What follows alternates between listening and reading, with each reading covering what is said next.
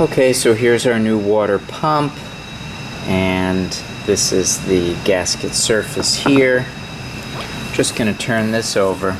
Make sure that this hole is threaded. I once saw a water pump that was not, and that would not be good. But we're good here.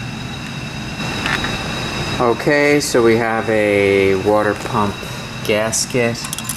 There's only one way that it goes. It fits like this. And now we're going to go over to the car and we're going to put this in. Let's just realize here how many screws we have. 1, 2, 3, 4, 5, 6, 7, 8, 9. Some of them are big, some of them are small. We've gone through that. And we'll just be very careful about putting in the correct bolts, and we will have a proper torque value for each. Once again, these are the bolts. We have the M6 and the M8s. One of the M8s is longer than the others. The M8s are 20 Newton meters. The M6s are 14 Newton meters. And I will show you where the longer of the M8s goes. So the longer of the M8s is going to go right through here. So we'll find it, we'll put that through, and then once that's done, all the others just fall into place and there's no way to make a mistake. Okay, so I have the new water pump, and what I've done, as you saw, I'm hand tightening this guy, which is the longer of the M8s, and then I just put in one of these, which is the shorter one, and again hand tightening. And now I'll just start all the other screws, get them all hand tight, and then we'll start torquing. To make sure we make no mistakes, start the big ones. The big ones will never go through the shorter holes, the smaller holes, but the small ones will. So there's one. We're just going to do a little hand tightening. Here's another one. Put that in. Do a little hand tightening. And find the final one, which is under here.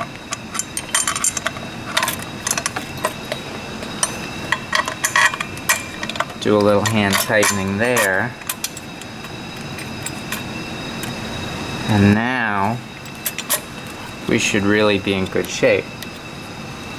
Once those are in, now I can take the rest of the smaller screws and put those in for hand tightening. Okay, so I have all 9 bolts in, and they're all finger tight, they're threaded, they're not cross-threaded. 4 of them are the M8s, 5 of them are the M6s. The M6s get torqued to 14 Newton meters. The M8s get torqued to 20 Newton meters. The M6s have an E10 head. The M8s have an E12 head. I'm going to go do that, and I'll do it in a star pattern. Okay, so the water pump is now torqued and put in. Next step is going to be to put on this heater hose with its clamp, and then I'll put on the idler arm pulley. Okay, we have the hose back on. I have the clamp tightened. Don't make it so tight that it digs into the rubber. Just make it tight enough. Now comes the new idler pulley. I have had a situation in the past where this hole was not threaded, but this one is. So if it's not threaded, just tap it. But this one's good. Here's the idler pulley. This bolt is a T50. The torque was very hard to find, but I believe that it's 10 Newton meters. You always start it by hand to make sure that it's not cross-threaded. I was happy to see that this came with a new cover. That's always nice. I've got to get this centered and then driven down better, and then we'll torque it at 10. Okay, so that takes care of that idler pulley. Now we can put on the next idler pulley. we can put on the thermostat, and then of course I still have to do the pipes for the radiator. Don't forget the cap. Nice that a new cap comes with, and you just have to somehow snap that in there. There it goes. Nice. Okay, the next idler pulley goes right here. Same story. Okay, here's our new idler pulley with a new cap. I torqued this to 10. It's possible that it might be a 14, but I torqued it to 10. I have the whisk system, and it's almost impossible to find it. I could not find it. I spent a lot of time. So better to not strip anything out. So I did 10, and I think it'll be fine. I'll come back and check it after a while to make sure it's not loosening it up. Next thing is I'm going to clean off the area by the thermostat, and we'll install the new Waller thermostat. Okay, I cleaned off this area with just a shop rag and some brake parts cleaner, and I put the cleaner on the rag, not directly spraying it in here, and then just got it off. You don't want to really mess up any of the soft aluminum. So now we're going to put on the new thermostat. So this is it. It was about 50 bucks, more or less. Comes with a new gasket. Make sure to install that. The sensor is in here, everything's in here. All you need to do is just pop it right in, and it's a very good unit. I'll put in the thermostat carefully, and then we'll fit this into place. Okay, so I pressed in the new gasket, and it's nice because when you get it to seat properly, you can kind of turn it upside down and it still won't fall out. So as you put it in, you make sure that it won't get pinched or crimped, and as long as it seats well, you're in good shape. You can see there's 3 bolts here, and it's going to be tight. You have to use some universal joints in here. This is a little bit fiddly. Okay, so because of how tight this area was, what I wound up doing is I clipped a wire tie here, which I'll put back when I'm done. I clipped a wire tie here. That gave me, and I unplugged this plug. That gave me room to move this wire loom up and out of the way. Now we're going to torque these down to 9 Newton meters. Not very much at all, just 9 Newton meters. Then I'll put all that back and put on new wire ties. Okay, we have our new thermostat in. It's torqued at 9 Newton meters on the 3 bolts. I rehooked up this sensor plug. I put in new wire tie here, new wire tie here, make everything just right. Time to reconnect this guy along with its clamp, and then I'll probably put on the belt tensioner next. Okay, I found something cool. I wanted to put on this new bracket, and I have had this before, I remember. See this hole right here? We got a bolt that's supposed to go through there. This isn't tapped, so I'm going to just go ahead and tap it, and then I'll be able to put the bracket back on. Well, this is where having a good toolkit is important. I have a metric tap and die here. So, just a little side job. If you want to see how big your bolt is, it has nothing to do with the head. It has everything to do with the size of the bolt when it comes to metric. So I'm going to use these little calipers and just figure out exactly how big this is. So take a look at how we're going to do this. One-handed. Yeah, good luck. Okay. Here. Yeah, there we go. So let's open these jaws up, put the bolt in, close the jaws, and we're getting about 5.3, but it's in the heads. It's in the threads. So what this means is that it's probably a 6mm bolt. So let me select one of my 6s and see if it goes in smoothly. Okay, so it turns out this is an M6 1.0, so we're going to go ahead and try to tap that. Okay, so that's tapped. That was M6 1.0 pitch, and we have this bracket back on. It's nice and tight, holding the fuel lines, and now we can continue the project. I think the next thing I'll do is put on the belt tensioner. Okay, The belt tensioner is down and hooked in with its 2 bolts to 30 Newton meters. That's torqued. The pin is still in place. That will eventually have to be removed in order that this thing is going to start holding tension.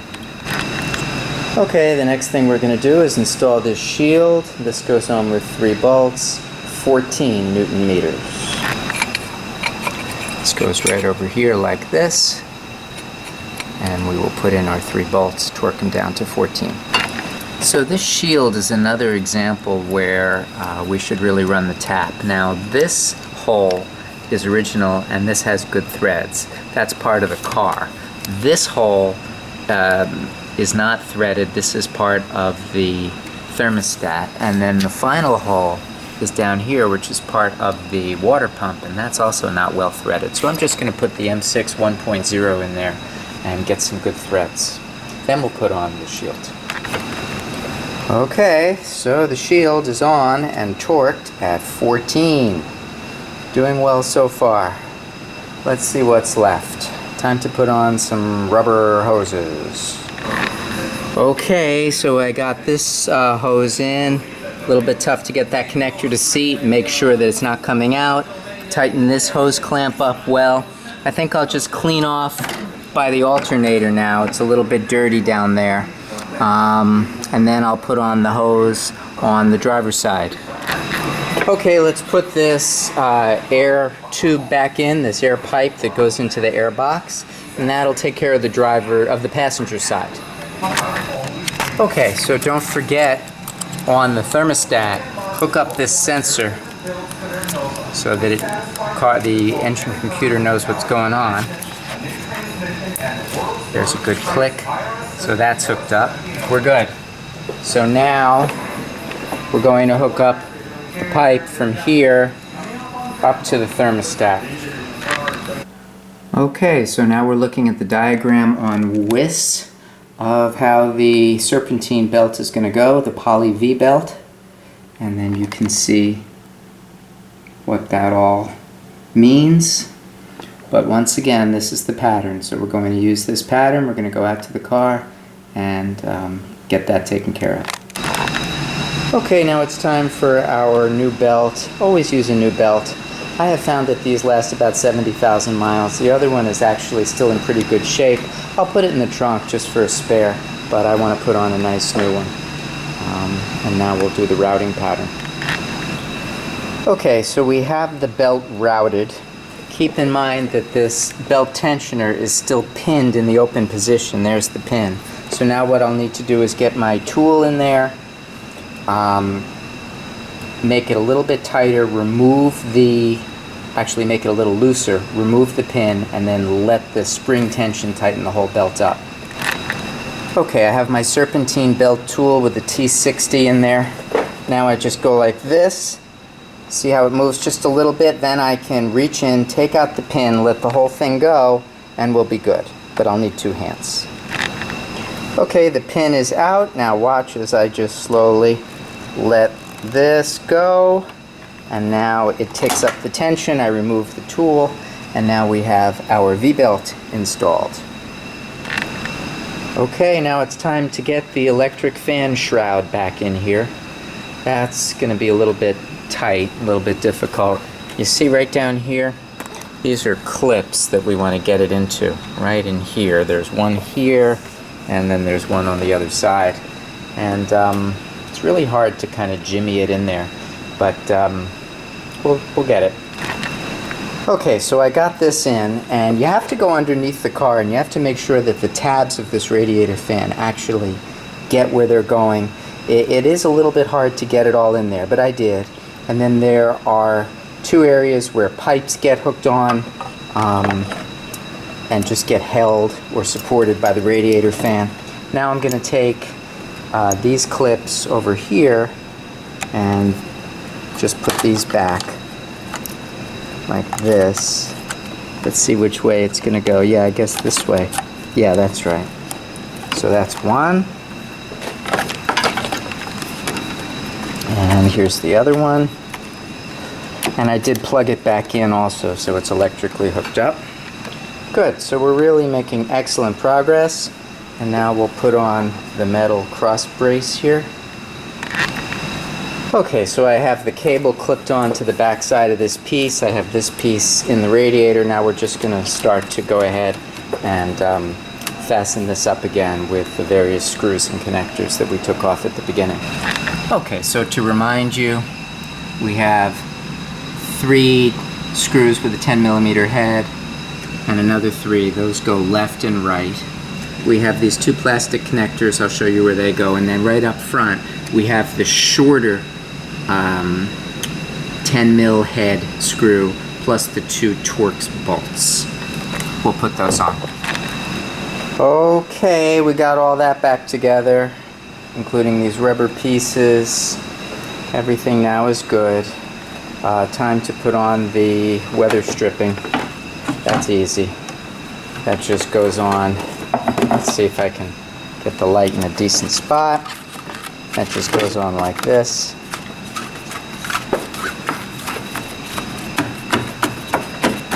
Okay. And the weather stripping's on. And so now we are buttoned up. I need to put the engine cover back on, and then we can fill this thing up with brand new coolant. Okay, so that's buttoned up. These were torqued down to 9 Newton meters. I left this cap off on purpose because I don't want to accidentally start the car with no coolant in it. Next step is to mix up coolant and put it in. That's what we will do. Alright, so now I'm going to mix up some antifreeze. This, oddly enough, is 1 gallon. You would think it would be liters, but it's gallons. But I'm basically making up 1 liter at a time. I put half here, half distilled water in this clean container. We're going to now put this into the engine. Alright, so that is done. It took 7.7 liters, which really was exactly 2 gallons. So maybe these guys do know what they're doing. Of course, if I need any extra, I'm going to have to go buy more because I used everything, but it seems to be spot on. Take a look at this. It's supposed to be right to where the white meets the black, and that's exactly where it is. Now, of course, the system still has to run and burp, so I probably will need to top it off a little bit, but yeah, we can handle that. Good. So that'll be the next step. And okay, folks, this is it. The car has 200,000 miles on it. All of the repairs have been done. Take a look at this. Got new tires, hand torqued. Everything is good. This is original paint. There's my high mileage badge. 200,000 miles. Not too bad. Come take a look inside.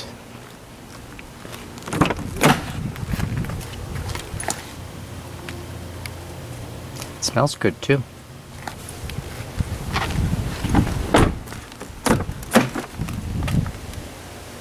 $200,000 miles. Let me show you the engine bay.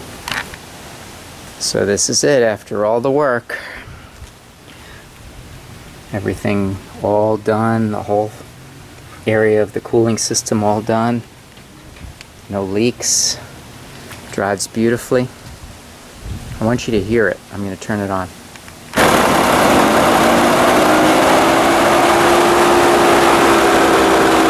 And there she is.